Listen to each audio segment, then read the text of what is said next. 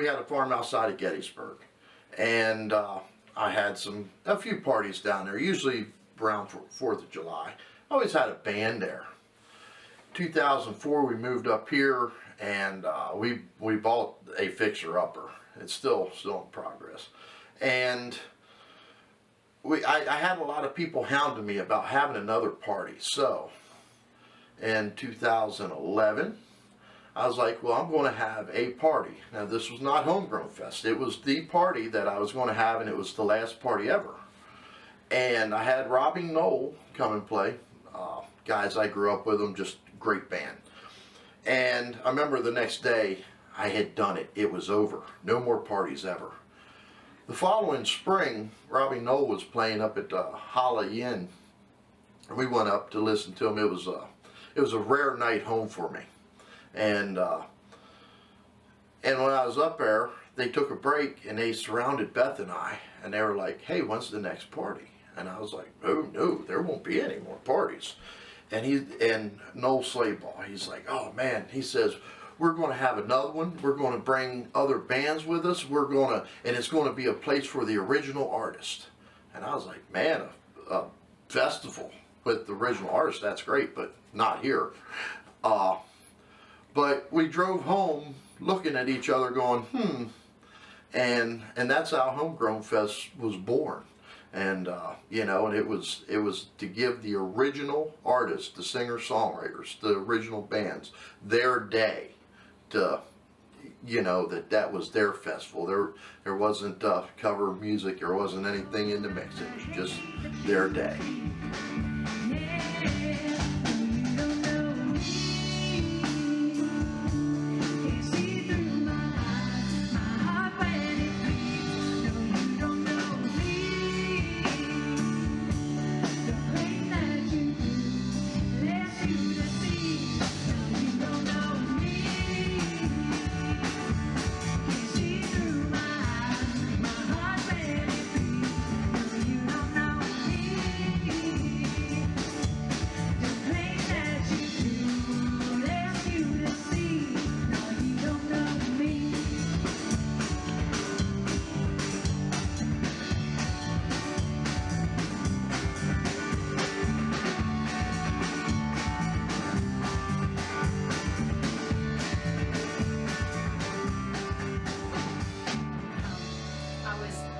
Get in trouble in grade school a good bit, but when I got into doing music, it was sort of a way to focus that energy, and I became a little more disciplined, and you know, I started doing better in school and getting in, you know, it wasn't such a problem. And so it's always been something that I could focus on that made me happy and kind of an escape from real world.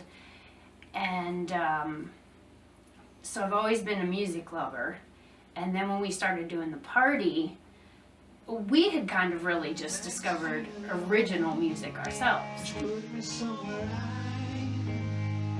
I can trust, the liner in my mind, and if the love we find, I don't want to leave you, but I must. I will try to get some sleep before we can reown.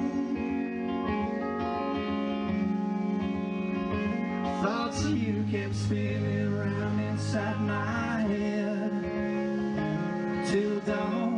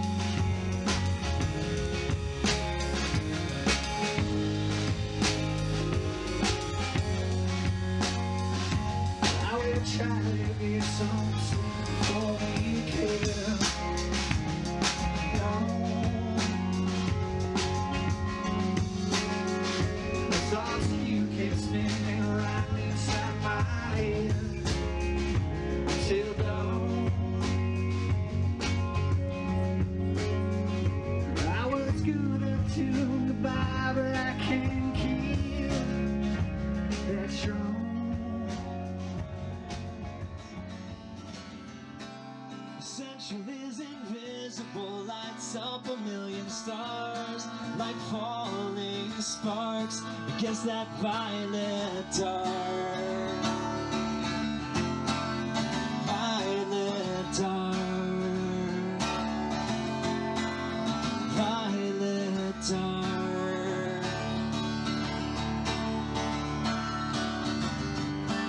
A country of tears, my friends. There's no place to make a home.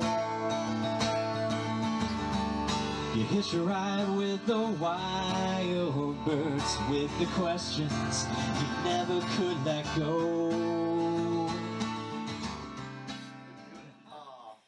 I drove truck coast to coast for years, West Coast, LA area, Northwest, and you know, there's what I like as far as music, Willie Nelson, Waylon Jennings, all the way to Pearl Jam, Alice in Chains, Metallica, you know, everything in between, you know, good music. But through the years, I started, you would buy a CD by a big act, and you'd put the CD in the CD player, and I would find, well, I'm skipping this song. Okay, I'm skipping that song. Well, you know, half the album you skip the songs. I discovered Robbie Knoll. Facebook came along. I made connection with a lot of old friends, and so I went to a Robbie Knoll event. And I get their CD, this side of 55, and I put it in the CD player, and I'm trucking.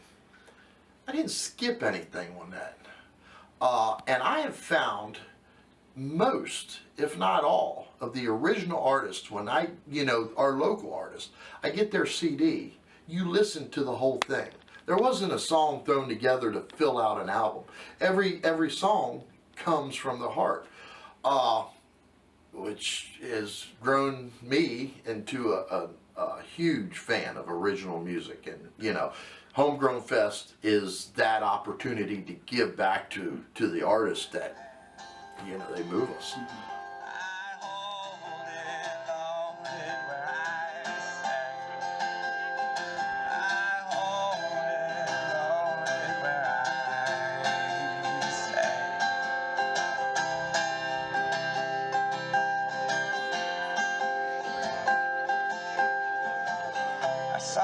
The other day,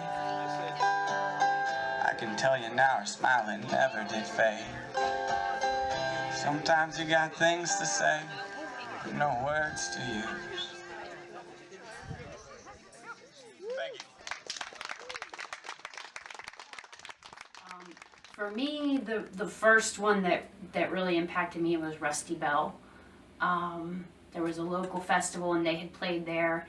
And I was working that day, and when I got home, my husband, Dodd's like, you gotta come with me. There's this band that played today, and they're playing tonight in town. You gotta come hear them, you gotta come check them out. And typical scenario, it was a noisy bar. I think we were, the few people that we were with, we were the only ones that were actually paying attention to them. And they are amazing. I'm like, how is no one in here listening to this, paying attention to this? And so that was where I first sort of realized that there's a whole original music and how amazing it was. But it frustrated me that no one was listening to them. And so then when we started going out listening to more original music, we realized, well, this is kind of a thing, you know, that no one pays attention to them. So wouldn't it be neat if there was somewhere that they could play where people actually listened, you know? And so as Homegrown has grown, we've tried to be really conscious about, we just don't invite everybody and anybody we know. We try to keep it people who are gonna come and really listen to the music and appreciate the music. And so that's been really cool to see how it's grown, and somebody will come and they really dig it, and oh, would it be okay if I bring my friend next year? They really love music. I'm like, as long as they're here for, you know, the music, that's what it's about. In 1863 there was a battle, and after that the curious did come. And he had in 1935 built a restroom down in Yelpel.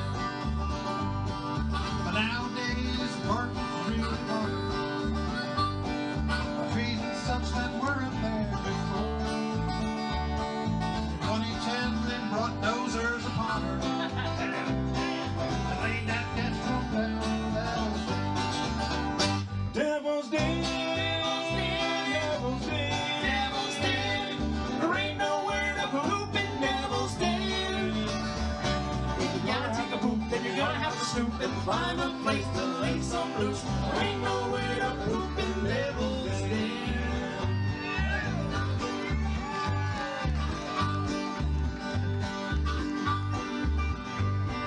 The other day we was out a walking through the nooks and crooks of Devil's Den.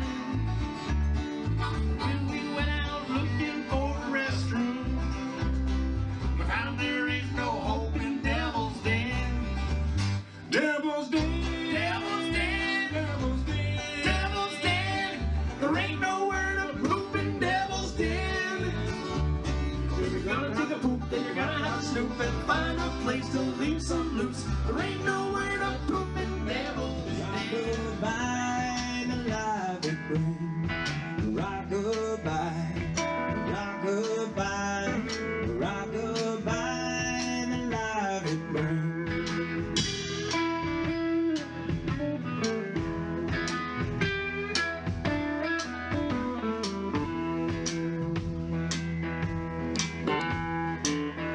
Now my daddy laid brick every summer, hammering nails in the heat.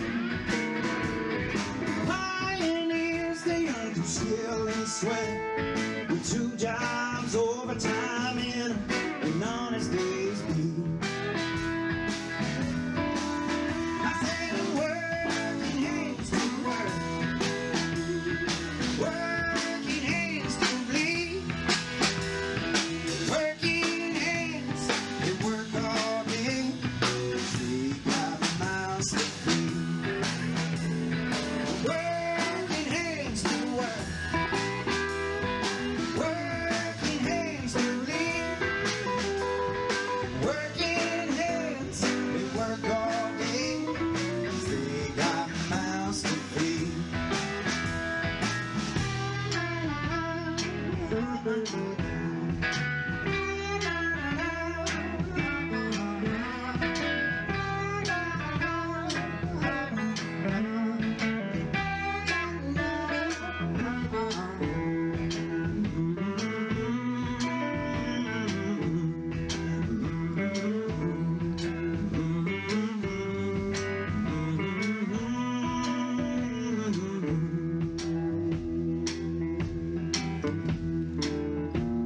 Now I've come to learn the tireless ways of the pioneers and their song. The hand that guides the hammer, the plow and the pen, 'cause ain't pioneer of my own that I've become. Of my own that I've become. Of my own, of my own, of my own that I've become. I said, working hands to work, working hands to bleed, working hands, they work all day, they got mouths to feed. Put your hands together, boy. Working hands to work, working hands to bleed, working hands, they work all day, 'cause they got mouths to feed. I said, working hands to work, not shop, working hands to bleed. When somebody writes a song and you grew up with them, they're coming from the same place. You relate to what they're about. I've never flown in a private jet. I've never flown in a jet, but you know, partied on the LA Strip. Yeah, I've been on the LA Strip, but I was delivering. You know, so how do you relate to that? I mean, yeah, it's a great song. I don't know. I wasn't there. Somebody that's working to pay their bills, you know, all week, and then they come home and the dog's sick, the wife's mad, and everything. Well, I can relate to that. That's happened. So, you know, but it's the songs that they're coming from home, you know, homegrown fest. I'll put that in there. You like it. Working hands, work all day. They got mouths to feed. One more time. Working hands.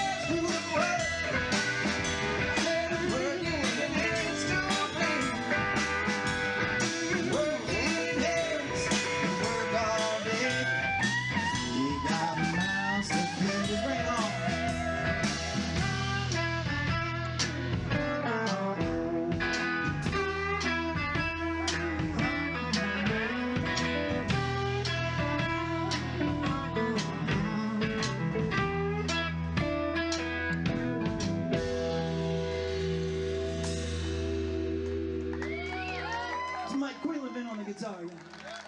But the other side of that is also being a musician, and you know how it feels to be up there playing, and you're playing your heart out and no one's listening. So I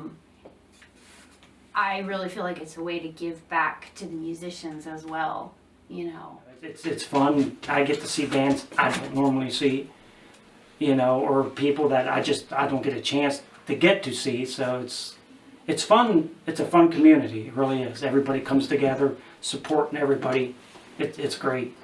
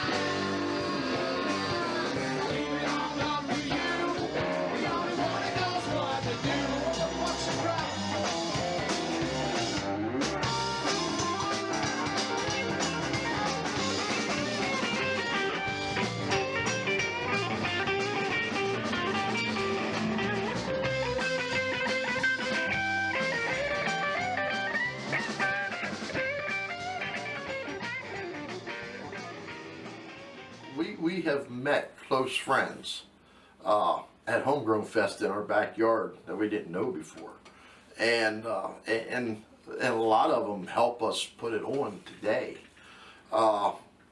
There's Melissa. Melissa was talked into coming out to listen to music, and she, you know, didn't get out much, but she showed up. She had her chair, she had her covered dish, and she sat up, and she brought a few friends with her, and at the end of the night they were just hanging around the campfire, and Beth walked up, was like, "Hi, I'm Beth," and you know, "I'm Melissa." Well, Melissa's on the committee now. You know, her husband Bob is one of my right-hand guys, the guy that, you know, he brings help with him when it comes time to set up. He knows things to do that, you know, it's like, oh, that's right,